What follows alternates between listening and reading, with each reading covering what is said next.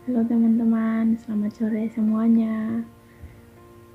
Baik, perkenalkan saya Sri Wikaet asal NTT. Bapak Timur Leste, Mama asli NTT. Saya sekarang di Jakarta kerja. Saya hari ini baru belajar mengupload video di YouTube. Pertama-tama teman-teman jangan lupa like, comment, share, and subscribe. Saya juga tidak paham nanti mau buat konten apa selanjutnya nanti. Tapi intinya semua itu kita mulainya dengan bersyukur, meminta kepada Tuhan biar berbuat sesuatu itu jangan sendirian, itu ada campur tangan dari Tuhan gitu.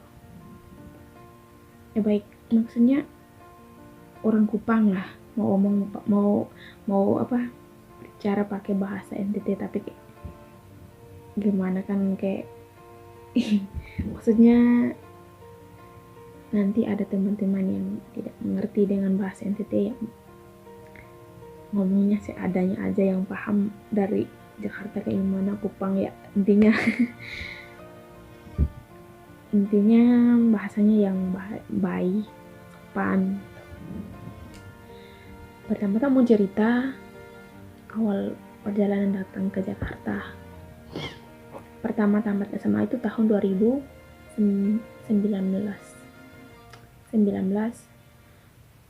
bulan 5 tuh pengumuman kelulusan tuh. Saya tidak ke sekolah, saya di rumah karena waktu ujian itu kan sudah ada yang tawarin kerja di Kupang. Jadi abis itu pas pengumuman kelulusan saya tidak ikut ke sekolah. Maksudnya ya persiapan buat mau berangkat Kupang paginya ke hari ini pengumuman kelulusan, besoknya orang yang di Kupang itu butuh lagi tenaga kerja, butuh pembantu. Lah kebetulan kakak saya kan kerjanya di sana, ya sudah saya ditelepon terus katanya kamu siap-siap besok ke sini, kalau kamu besok ke sini besok cari lagi orang ganti katanya. Ya sudah, saya siap-siap, malamnya berdoa semoga lulus. Tidak lulus ya saya sudah komitmen palingan ikut paket sih atau apa kan. Terus ya ke Kupang kerja. Gaji di Kupang itu biar teman-teman di mana saja berada, tapi kalau dari NTT sudah pernah kerja di Kupang jadi asisten di Kupang tuh tahu gaji di Kupang satu bulan itu berapa, 800.000. Tapi baru pertama kali kerja itu kayak pegang 800.000 itu kayak uang berapa juta. Jadi kayak baru gajian pertama itu kayak grogi lah pegang uang 800.000 teman-teman bayar. Terus waktu itu mama telepon kan gajian pertama, mama telepon katanya ya gaji kamu yang pertama tuh harus kirim ke kampung. Ya sudah, ya tidak apa-apa, pokoknya itu udah ya sudah apa aturan ya, bukan aturan apa pokoknya. Terus kerja begitu kan ada teman saya tuh katanya di Surabaya atau di mana tuh kerja bagus. Terus kita siap-siap berkas, katanya ada butuh ijazah apa-apa segala macam. Saya udah siap, ya kata temannya tidak jadi, di Surabaya itu kerjanya tidak bagus atau apa-apa kan. Ya sudah, tidak jadi. Ya lama kakak saya yang pertama, kita kan 5 bersaudara, saya nomor kedua. Kakak yang pertama tuh dia tamat SMA sudah merantau, dia tamat 2018 2000 berapa 18 kayaknya. Dia merantau duluan ke mana, ke sini. Terus dia telepon katanya kamu mau tidak kerja di Jakarta. Saya bilang mau, soalnya kan baru tamat sih, tapi kan masih tunggu ijazah dulu, ambil ijazah dulu. Terus kata kakak ya kamu ambil ijazah dulu, ambil ijazah terus datang kerja di Jakarta. Terus waktu itu gajian saya pulang kampung, ambil ijazah, pokoknya siap-siap mau datang ke Jakarta kan. Cerita pernah di pas mau datang Jakarta pagi, saya dari kampung tuh naik motor, maksudnya ya naik motor kan, kalau dari kampung ke Kupang tuh harus naik bis ya, saya dengan motor biar cepat. Terus kita nginap di ya rumah om lah, ya pokoknya nginep di rumah orang. Terus paginya ke bandara, menuju ke bandara, apa namanya, pas mau check in, kan saya baru pertama kali mau datang Jakarta, tidak ada orang yang temanin, saya sendiri datang Jakarta, belum tahu apa orang, saya baru masuk pintu tuh yang di situ sudah antrian yang apa itu, yang pemeriksaan apa, pokoknya kalau ke mau naik pesawat itu tidak boleh bawa barang tajam tuh, pokoknya diperiksa kan. Terus saya pas itu kan tidak mengerti nih, lihat-lihat orang, mana ya caranya, ya udah saya ikutin orang-orang di situ. Nah pas check in saya juga antrian lah, pokoknya check in tuh antrian pagi ke tiket saya itu jam 6 pagi tuh, jam 6.00 pesawat berangkat, jam 5 lewat berapa menit itu check in. Pas check in barang ini, tas saya ditimbang kan, saya baru dari kampung tuh bawa bose, makanan khas orang itu bose, pisang, terus ditimbang katanya bawaan saya itu lebih dari bagasi yang sudah disesuaikan di sana. Ya saya bilang ke petugas itu, ya kurangin aja, mau bawa pisang atau bose ya tidak bawa, ya tidak apa-apa, intinya saya ke Jakarta kan gitu. Sudah check in, pokoknya sudah giliran saya check in, ada petugas teman-teman, ada petugas katanya, ya tidak omong ke saya bilang begini, tiba-tiba KTP saya diambil dari yang petugas yang sementara kita check in itu kan, diambil, terus saya ditarik katanya, kamu ikut saya dulu ke belakang. Saya juga tidak mengerti itu ada apa, saya ikut kan, kirain ini, saya juga belum mengerti kalau kayak naik pesawat itu kayak gimana kan, pesan dari om, kamu ikutin aja orang-orang yang di situ, bila perlu kamu tanya-tanya gini, jangan malu bertanya, ntar sesat di jalan, pokoknya gitu. Terus saya ditarik, dibawa ke belakang kan sama petugas yang tadi tuh, ada pak semoga dinonton video ini, ada pak badan besar hitam, nggak tahu, tidak tahu orang mana, ya orang Kupang tapi hitam kulitnya tuh kayak orang Papua atau Alor, tapi ya pokoknya petugas itu kan tanya, kamu mau kemana? Saya jawab mau ke Jakarta. Katanya mau buat apa di Jakarta? Saya bilang mau kerja apa katanya. Saya bilang kerja rumah tangga. Polos amat. Saya polos kan belum tahu kan. Terus dia bilang,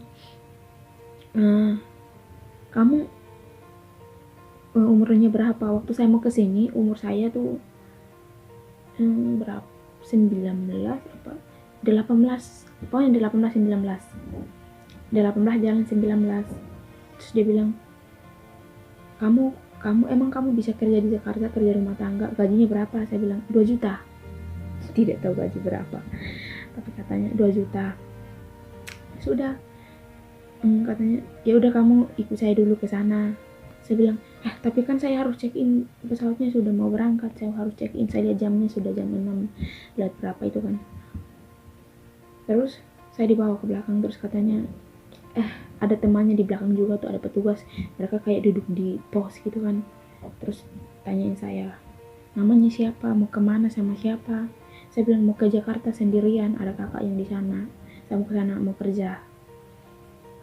Ya terus dia kayak bilang saya kabur dari orang tua, saya mau jadi TKW, pokoknya yang kerja di luar negeri itu, pikiran kayak begitu. Terus dia katanya, kamu tahu tidak kalau gubernur NTT itu melarang anak-anak dari NTT itu merantau. Ya padahal yang merantau di NTT, dari NTT ke Jakarta itu sudah banyak, bahkan ada yang keluar negeri di mana-mana. Terus ya saya juga belum tahu kan. Terus saya bilang ya saya tidak tahu aturan itu, soalnya kan kakak saya yang telepon katanya kesini aja ke Jakarta mau kerja gitu kan. Terus kata petugas itu ada 2 orang, yang satu katanya, kamu tahu tidak, sekarang ini tidak dibolehin anak-anak dari NTT, ulangin lagi, anak-anak NTT itu tidak boleh keluar daerah, keluar kota, kerja di Kupang. Sudah. Ya saya tidak bisa membantah atau apa kan, saya cuma diam. Terus saya telepon om, kan om saya ngantarin ke bandara, terus dia belum pulang, dia masih di bandara, dia masih mau liatin pesawatnya berangkat kan. Terus saya telepon, om di mana, saya ditahan di sini. Terus kan saya sempat bilang, pak ini sudah jam 6 lewat berapa, lewat 5 menit ini pesawat sudah mau berangkat. Terus dia bilang, ya kamu di sini dulu. Tapi kan saya tidak tahu. Terus om bilang, ya kamu di mana kok, ini sudah jam 6, kamu harus berangkat. Terus kata saya, om kesini dulu, ini saya ditahan, kirain saya mau kabur atau apa. Terus om katanya, kamu di mana, kasih tahu. Saya kasih tahu om ke sana. Terus orangnya katanya, orang yang tahan saya itu bilang, ada 3 orang kemarin kita baru tahan di sini, mereka kabur. Ya kayak, terus masih mau ngobrol begitu kan. Pesawatnya sudah berangkat, sudah jam 6 lewat 10. Orang pesawatnya jam 6.00 tuh penumpang harus standby di atas pesawat. Orang baru sudah jam 6 lewat 10 ya pesawat berangkat. Ya saya kayak begini, saya kayak kaget, pak ini pesawat sudah berangkat. Dia katanya, kamu nanti nyusul. Selamat lah, dia katanya kamu nanti nyusul. Terus saya diam aja di situ kan. Terus kayak sedih. Terus dia bilang, kamu tidak boleh ke sana, tidak boleh kerja di sini, kerja di Kupang. Kalau tidak kamu nanti ditahan apa segala macam. Terus dia bilang, kita sudah tahan di bandara, kamu mau naik kapal laut pun tidak bisa, kamu nanti ditahan terus, soalnya kan nama kamu sudah disebar, sudah di bandara, sudah di pelabuhan, nama nanti kita kirim ke sana, biar kalau kamu mau kabur atau apa tuh bisa ditahan di sana. Ya pokoknya kakak di sini juga katanya, dek sudah sampai mana? Saya bilang, ya saya ditahan, tidak bisa ke Jakarta, orang pesawat sudah berangkat, sudah jam 6 berapa, orang tiket saya itu jam 6.00 tuh berangkat pesawat. Terus tidak lama disuruh foto, dia suruh saya foto, ambil foto saya tuh katanya senyum. Gimana ada orang lagi sedih, lagi bete mau disuruh senyum kan? Tidak mungkin. Terus tidak lama kemudian, ya mau tidak mau tiket hangus kan, sudah orang pesawat sudah berangkat, tiket hangus. Kakak yang di sini kan menangis. Dia katanya, ya orang itu kan gaji pertama saya kira kamu mau ke sini, makanya saya beliin tiket. Kan tiket di booking dari sini, itu tiketnya 1.800.000 teman-teman. Sekiamat. Ya saya juga sedih, campur aduk lah, sedih, marah, kesal sama petugas itu. Data saya semuanya sudah diambil, mau kayak gimana lagi, tidak bisa kan. Ya sudah pulang. Tapi saya tidak pulang ke rumah, ke kampung saya itu di Oenlasi teman-teman, TPS Timur Tengah Selatan. Kita pulang, tapi bukan pulang ke rumah. Saya pulang, ada keluarga saya di Kupang, ada di Sikumana kan. Terus ya udah kita ke sana. Ya sampai ke itu tempat adik mama saya itu, bahasa pangkat itu TI.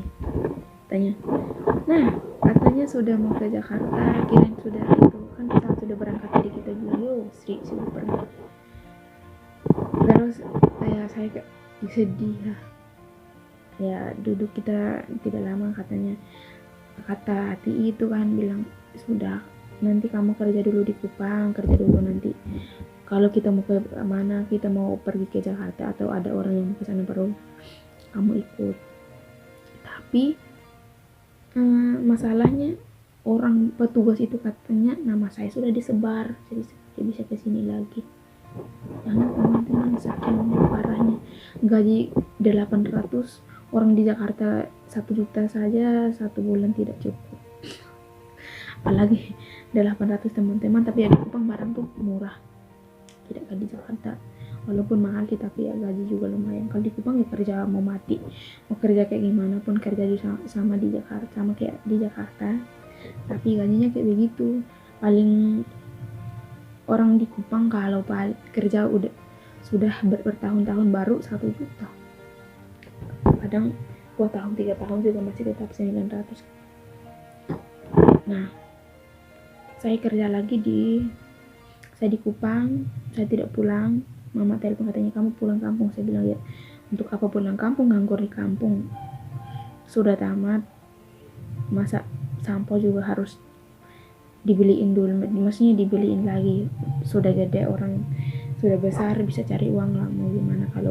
Walaupun tidak ke Jakarta, kita mendingan kerja dulu di Kupang.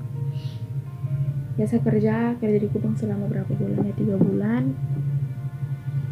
Bulan 12 itu saya pulang kampung karena ada om kerja di Surabaya, terus dia pulang kampung juga. Dia pulang kampung pas saya mau kesini, ya rencana mau kesini kan. Terus saya bingung mau sama siapa, takut ditahan lagi di ini kan, katanya mau lewat ini laut, maksudnya dengan kapal laut gitu kan. Bingung mau sama siapa, tapi ada om katanya ya sudah nanti kalau mau balik itu sama-sama, kita sama-sama sampai Surabaya, om turun, kamu terus lanjut ke Jakarta. Sudah habis Natalan di kampung, Januari tanggal 27 ya, tanggal 27 saya dikirimin uang tiket dari sini lagi dari kakak lagi, katanya jangan sampai gagal lagi ya atau ya aman kalau sama saya. Udah kita berangkat dari kampung ke Kupang. Malam itu, pagi kita masih cari-cari tiket, belum dapat, tiketnya habis. Padahal pokoknya pas tanggal 27 tuh kapal masuk. Paginya om sama kakak tuh berangkat ke pelabuhan cari tiket dulu, baru pulang jemput saya. Kita berangkat tanggal 27 pagi naik kapal laut. Aduh maaf teman-teman, harusnya kayak deg-degan. Sampai di pelabuhan tuh check in dulu, tapi kan bukan kita yang check in langsung, tuh ada om yang kerja juga di pelabuhan kan, terus minta tolong dia check in dulu.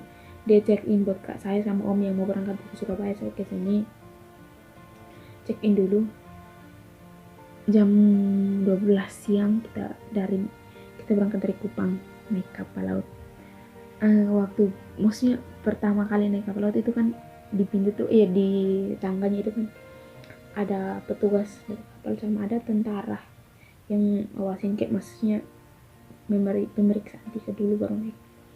Itu saya deg-degan teman-teman, takutnya kayak nanti katanya ya ada nama Sriwi gimana-mana, terus saya ditahan lagi kacau. Tapi amin deh, pokoknya syukur tidak seperti yang dibayangin, yang diomongin sama orang petugas yang waktu di bandara itu, seperti itu.